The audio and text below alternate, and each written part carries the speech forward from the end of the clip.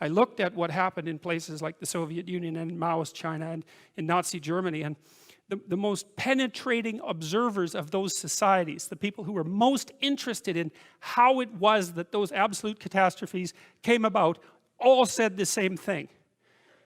It was rooted in the degeneration of the individuals who made up the society. You know, you hear, well, people were following orders. It's like, no, that explanation doesn't hold water. Or that you'd be punished if you resisted. Well, there was some truth in that, but nowhere near as much as people might think, especially at the beginnings of the process. More it was that people decided, each and every one of them, to turn a blind eye to the catastrophes and to participate in the lies.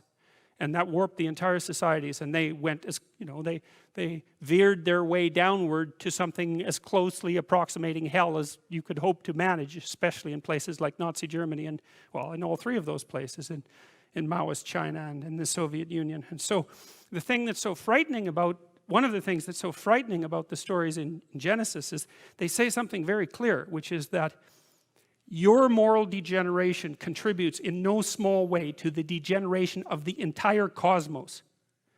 And you say, well, I would like my life to be meaningful. People say that. Really, would you? Really? You really would like your life to be meaningful? You think maybe people would trade a little nihilism to not have to face that particular realization, and I think people do that all the time.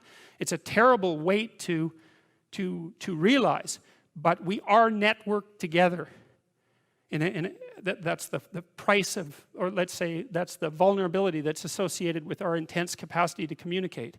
And it is certainly possible that the ripples of our individual actions have consequences that are far beyond the limits of our immediate consciousness. And I also think people know that too. They know that in the way that people know things when they don't want to know them. Which means they know them embodied, they can feel them, they can sense them, they have an emotional response to them, but there's no damn way they're going to let them become articulate because they don't want to know. And when you're feeling guilty and ashamed about the things you've done or not done, and I know that can get out of hand as well, it's often because there is a crooked little part of you that's aiming at the worst possible outcome. You know, one of the things Jung said about the shadow, you know, that Jung's famous idea that everyone has a dark side and that dark side needs to be incorporated and made conscious.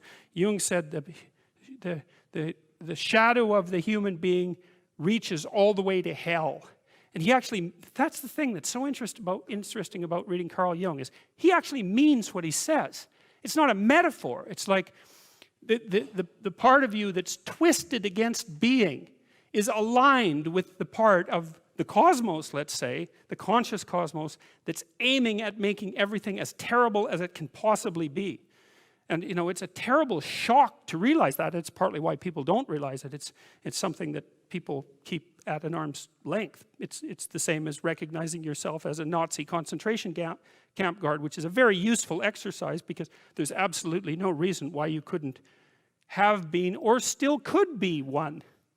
So, and if you think otherwise, then all the more reason for assuming that you would be unable to resist the temptation if it was in fact offered to you. And if you don't think it's a temptation, then there's so much that you don't know about human beings that you're not even in the game. Because if it wasn't a temptation, then people bloody well wouldn't have done it. And plenty of people did it, and it's no wonder. So